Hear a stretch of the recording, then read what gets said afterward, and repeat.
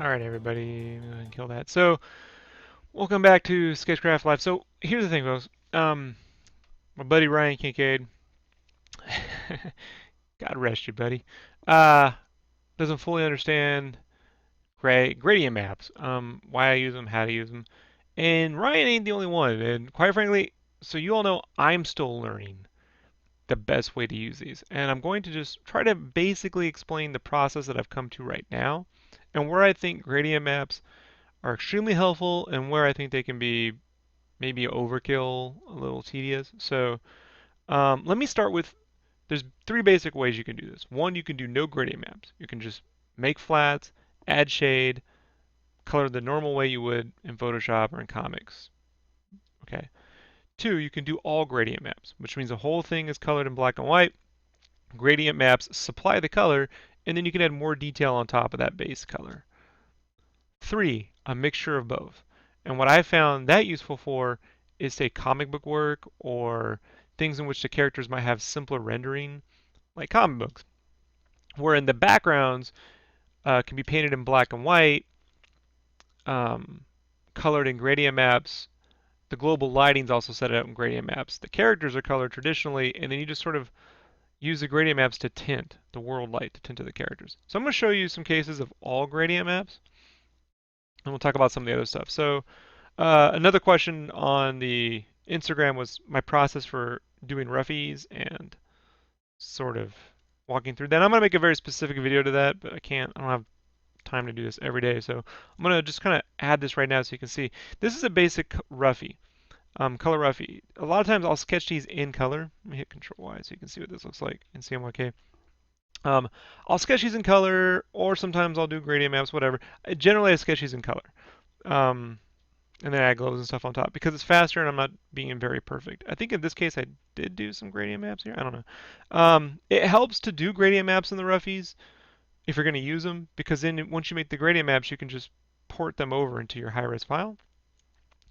Case in point. So I get the color roughie. I say I like it. I set it all up to draw an 11 by 17, right? This is the direction I want to go, the direction. What I'll do is I'll throw white over the image, and I will draw the lines right on top. Right, so this is basically what I've done, is I've drawn right over and worked out all the little perspective and the face details. Depending on how clean I need the lines, if this were going to be totally drawn and then colored with tons of line work, this would obviously get an extra pass. This is all roughy. But because it's going to be fully painted, I only need to go so far. Like, this doesn't need to be 100% perfect because I'm going to render a lot of these details in paint. Now, you get to this point, you're like, Rob, how do I set up gradient maps? First thing I would recommend doing is getting your flats set up. Now, if you're wondering, Rob, why do flats if you're going to do gradient maps? The reason being is, one, it helps you set up. You still need areas to select while you're coloring. You need to be able to select the face, the nose, the whole body, maybe just the upper half. You still need selection flats. I mean, there's no way around that. You're going to be, unless you're going to constantly use the arrow every time you want to paint the ears and shit, it helps just to have selection flats. I like to take those selection flats, give me a base color for the character, so I can start to work out the colors that I need. I'm going to show you a case in point. These are base flats right here. This is what Brandon usually sends me, this weird thing. This is technically all you really need. If you really wanted to just go boom, I can use this as selection flats. The problem is the hue change here, the value change, sorry, based on the hue is off. See, this is what it should look like. So if I just put, black over my selection flats, these base, the base value, the base lighting is going to be way off. So I set up a basic flat version, a colorized version of this, So that as I paint, my values will be correct. See the difference? The background's darker, his skin is lighter, Splinter's robes here are lighter. These are so this helps. Now, when you see this color, you're thinking, but it's already done, right? You can just paint right over it. Certainly. But here's the thing. If I want to do something that's very digital painted, very, um, the colors are very mixy, very painted, um, that involves a lot of color blending. Like you'd be, selecting two kinds of color and let's see if I can, why is it not, why isn't it drawing? Oh, I know why. Because I didn't actually select a darker color. So let me select this red. You'd be over here blending and blending and blending and trying to add these blues and blending. And it's very difficult to make changes or I found it's tedious. Okay. So what I'll do is let's just turn that off. Sorry. Well, what we'll do is set up a desaturation layer. All you do is fill it with black, set the layer to saturation. So that desaturates the image. It's non-destructive. It's right above on top. I found that works better than adding an adjustment layer and just desaturating it. Don't ask me why, but it works better. And then on top, I'll build my basic lighting. Now what I prefer to do is set up my gradient maps early. So I'll get a very basic shading going on here just so I can see some gradients, which just means, you know, sorry, I'm painting on the desaturation layer, just so I can see how things are going to be set up. So I just want to see medium, dark to light on everything. I already set one up over here. So this is what this looks like. And then I'll come over to here into my gradient maps, and I'll drag in ones I've already pre-made for a lot of these things. As you build your gradient maps, you can save them and then drag them in. So I know I want a certain kind of red, right, to brown because I have this color roughy, and I don't want this light brown to kind of fur white. So I can drop in my fur. Now, this reference just helps me see that the gradient map, right, is going from its darkest value here to its lightest value in color. So if I were to paint underneath in just pure, say straight black and white, no 50%, you can see the whitest, you can see the darkest. It's the spots in between you want. You don't want to be painting pure 100% pure black at this stage. Sorry. So you see, as you're actually painting with colors, this is hard brush, but as you actually paint, all the color mixing is being done by Photoshop.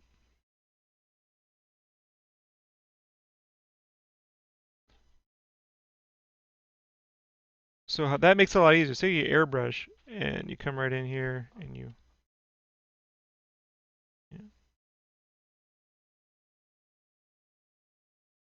See, it's above the lines. Let me go to the lines. So I can just come right in here and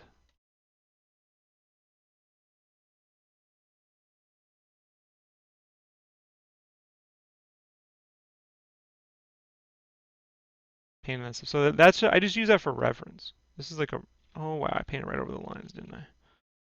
So I use this for reference, and then I set up the robe so you can see the hot spots right here, the white to dark, the white to dark. You can come right into the eyes. Oh, sorry, I call these eyes. This is really the robes. I use these for eyes on another character. The tail copy, the pots are set up. Exterior house is a brick color. A lot of times too, these aren't just a base gradient map. So I'll set up these colors. I set it to a color layer, and then I'll make a duplicate.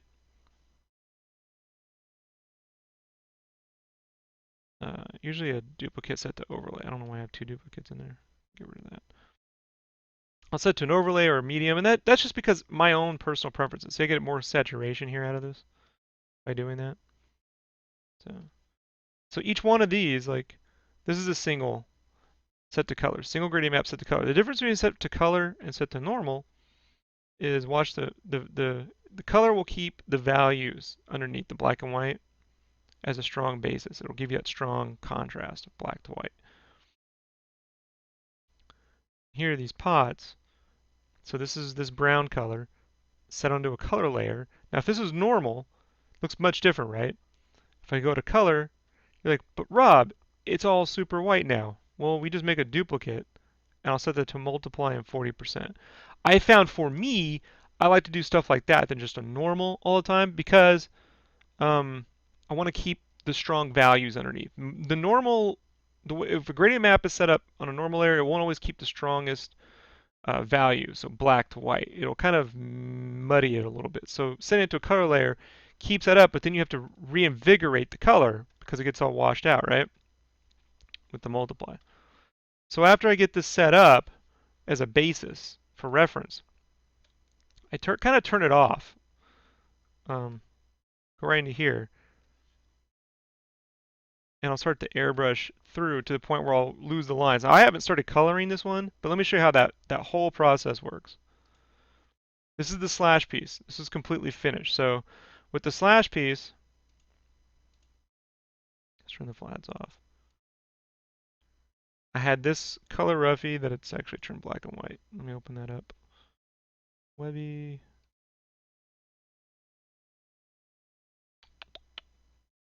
Come on, Photoshop. Act all stupid.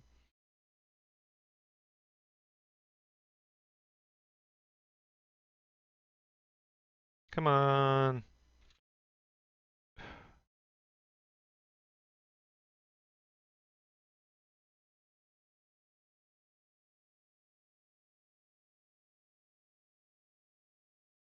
It's not gonna crash. It's just fucking Photoshop.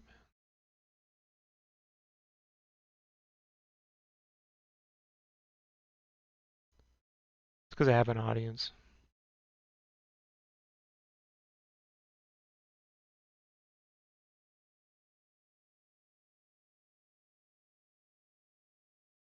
Come on. Stop with this nonsense. By the way, I hate CS6. I gotta get rid of it and go back to CS5. It just is always some weird little doohickey nonsense. What is taking so effing long? I bet you I'll have to crash Photoshop. I bet you. Bet you I'm gonna have to close it out because Photoshop CS6 wants to be a little punk. I just wanted to open a folder. Thank you. Dodge. You know, sometimes. Let's open this up.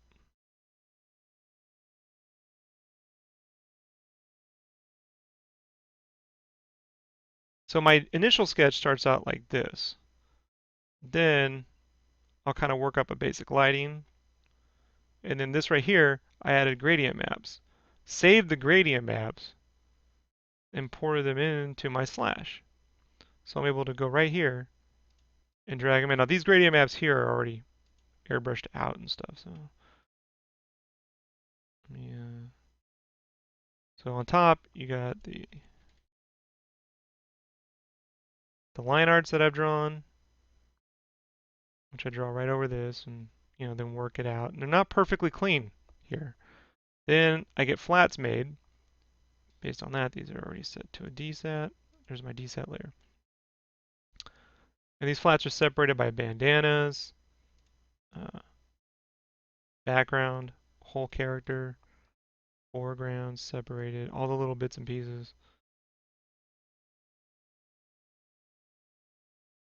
And then I'll do a black and white rendering. So this is the painted right over the lines. This right here. It's painted right over the lines. And this is all in real time if you want to see how I did it. I'll be making speed videos and stuff. I don't know, actually, did I actually record this one? I may not have recorded the slash, but I recorded a lot of these. Um, and you could see, look at all this blending. Like if I had to come in here and blend all these colors together, I'd be here for 10 years. I did this in like six or 7 hours, you know? So because I want that fully painted look, it's just much easier to work on your lighting here, and then you just sort of erase the lines where you don't need them. Like if I turn those lines on, where did I put the lines?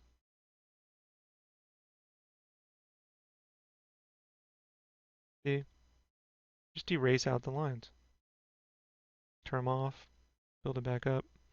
So we don't want any lines when we're doing this, when we're done. And then the gradient maps. So after I make the gradient maps, how do I say this? Let me try to explain this. Here's the skin.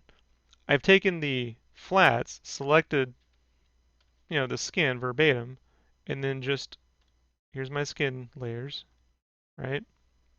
Color, muted down to 39%. This is just my preference, folks. Okay, you gotta use some artistic interpretation to how you want the colors to look. So I wanted them a little bit more desaturated, because if I go to 100%, look how it fucking glows, right? I don't want that, so I took it down to about 40%. But then I wanted to fill in, a little bit more contrast, so I duplicate that to a color burn at 50%, just to give myself some better contrast. I want to maintain that contrast. I don't want it glowing. And these are just masked out, right, using the selection flats. So then I go, okay, that skin setup. Then I start the shell. Let me disable the layer mask. I want to do the shell base color. So it looks like this. Color 70%. Duplicated that soft light 20% to add more saturation. But I want to fill that white area back in with this yellow I got in here, some of this green. So I set it to darken, which will fill in the white areas to 35%. And then I wanted a little bit more darkness on that shell, so I added in a little bit of just multiply layer shade just to add it, because it was a little off. And then I just masked that in using my selection flats. My selection flats down here have the shell already masked out, so I just select that, and then in this group just mask, and okay, so that's set up. Then you go to your horns. So the point of this, the benefit of this, again, is I don't have to blend all the color. Now, once you get it all set up, it's kind of like uh, a basis. Like that's pretty good. Let me hit Control Y.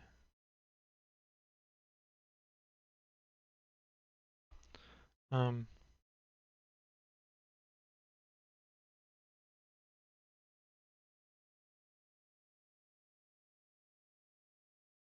let's have some all right.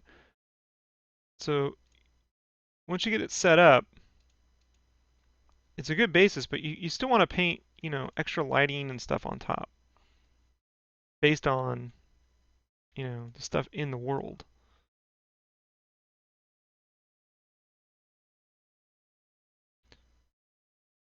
So here I've set up a color dodge layer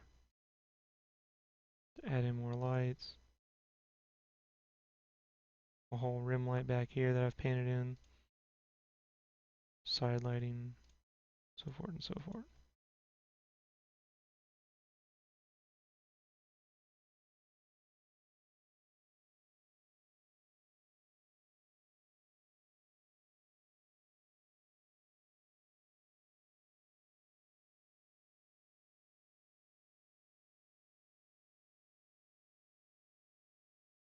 Then I have a duplicate file where I'll just kind of adjust all the lighting. Now you go, Rob, you just adjusted the lighting. You didn't show me everything. No, I've like, sometimes I wonder if people think I'm hiding steps. Um, Part of this job is I can actually, I think there's only so much I can actually show because part of it is just using my own, that's not right, this is not right, that's not right. Um,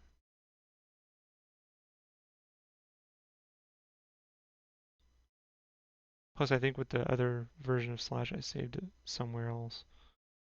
This TMNT folder is a little fucked up.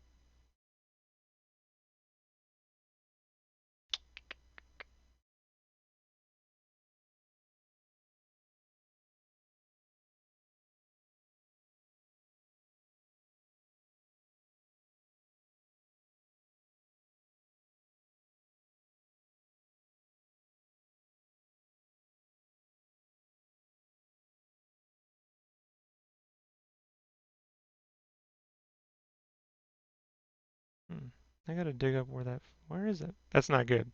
I can't, I can't lose that. I cannot lose it. See if I can get the shredder. No, that's not. See, what really sucks is in CS5 you were able to preview all these things from here, and I gotta open up Bridge now to do that, and I really hate using Bridge. I hate it. It's just another extra program I have to have open. Uh,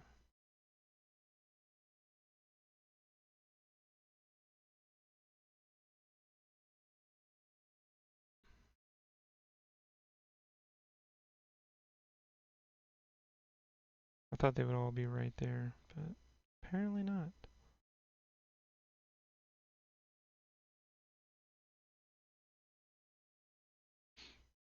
So another way, the other way to do it is where you add, how do I say this? Like these characters here, these are colored just using basic flats and a couple shade layers. Like that's it. Because to do gradient maps for all these characters, a little bit of overkill. Um, However, like this tonal look right here, these are black and white, and this is just a gold gradient map I've thrown on top, right? So could I do all of this in gradient maps? Absolutely. I would just have to create the skin that goes from this peach to this red dark. I'd set a base one up, then the brown that goes from this to this, the blue that goes from this and this, and then I would need the black and white values. So when I color him, he would get a certain kind of gray. He would get his shirt would get a kind of gray. A really good example of this is this little Game Boy, Stat Boy. I call it Stat Boy in GameCube. That screen, that's all black and white. Uh, if I go to Game Cave, character art, Stat Boy Rad Stats.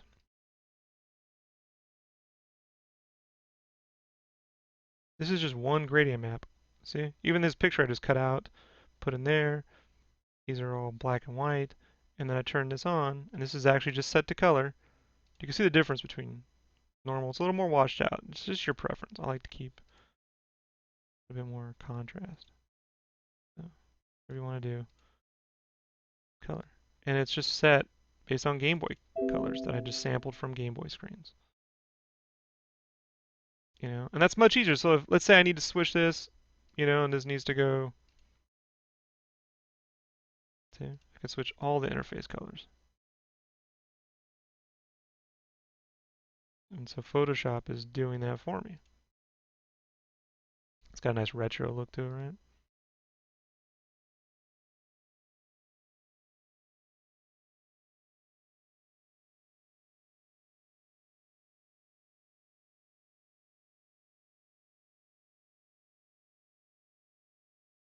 So I think, a really easy way to get around a lot of this stuff, if you're doing a basic comic, the characters could be just set up in flats. You airbrush them normally.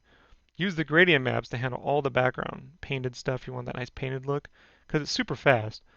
And then you just use the uh, the gradient maps to blend it all together. I'm still greatly learning this as I go. I mean, this is why I leave the full motion, the full real-time videos up on the YouTube channel. You know, um, that being said, I did do a test a while back on an older version of Bombcat. Where's Bombcat's gradient maps? Color test 2?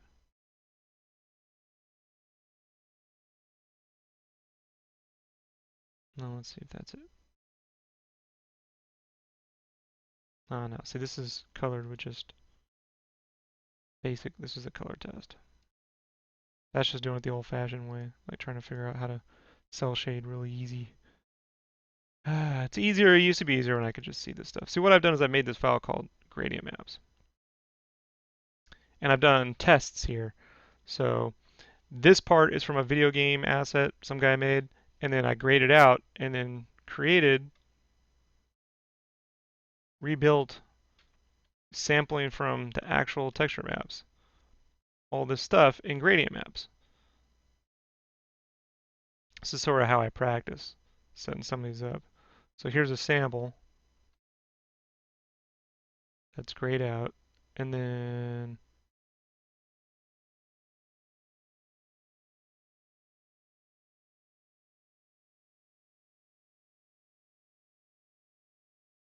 so here's wood, grass, different kinds of grass, warm trees. It's kind of harder to see that because it's not masked out. This is where I grabbed this from like the Minish cap, and then I went in here, grayed them out. That's shade on top. So here's all the water. I actually went and added some more water, just painted it in really quick.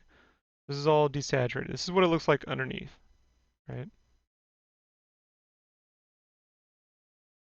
And then rebuilt the whole thing using gradient maps. And then masked out so I could see that the trees line right up.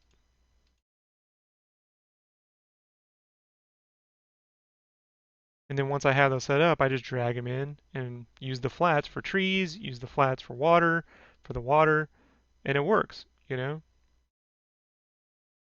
So here, if I wanted to just come in here and paint some more water right in, I can get my nice paintbrush, and rather than sampling all those different kinds of blues, like you see the way it goes like matte blue to this saturated blue to this white blue, I don't have to sample a bunch of colors. I can just paint in black and white.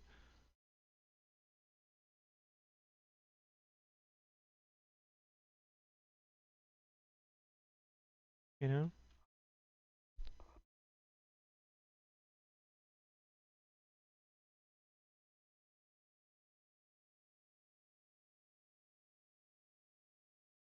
And let Photoshop do all that base stuff for me. Now, if I want to add more contrast on top, then I have my shade layers. I can go and paint extra shadows on top that are actually color tinted. Like I like the purple colors and stuff like that.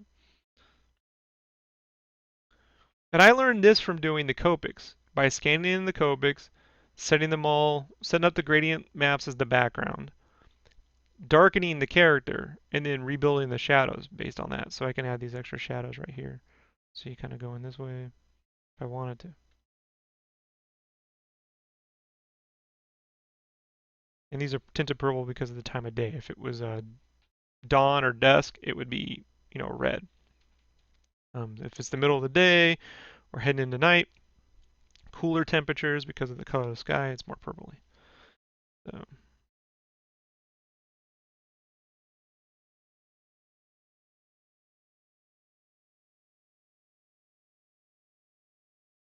I gotta figure out where my high-res version of this sucker went. He's somewhere. He's just not labeled slash. I don't know. I had him somewhere. Gosh, I hope so. Those TMNT files were kind of like all over the place at the time. So I'm gonna be coloring this splinter this week, so we can kind of go over this, as I go along. As for making a book and writing it all down, I don't know. I don't know. That's not. I'm already working on a book, right now. Like I'm working on a book. It's called Game Cave. So maybe it'll be a while before I do something like that. But I do these things called Digicraft where I explain in great detail on how to do this stuff, and I'll be doing another one later this year, like a tutorial series. Um, the thing to get your head around is really to know what to use it for.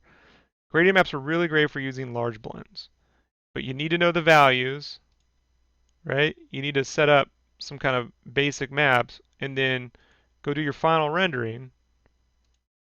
Let's see if I can open up. Go do your final rendering, you know,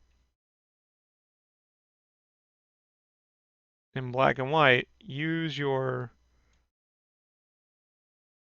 flats as the selection maps. And then paint and add additional lighting and all that stuff on top. Because this is not the final piece. This is not the final one. So I hope that helps demystify a bit, like um, if anything more specific than that, you guys can always send me a file. I'll open it up, take 15, 20 minutes, maybe 30 minutes, kind of go through and explain it like on a particular piece. That I'm always willing to do live here on Sketchcraft, so we can do all that. Which I'm live again because I spent 3 days trying to figure out how to fix the stream. So, all right, folks, that's it. Glad you all hang out today, man. Merry Christmas. Na na na na na na. Um,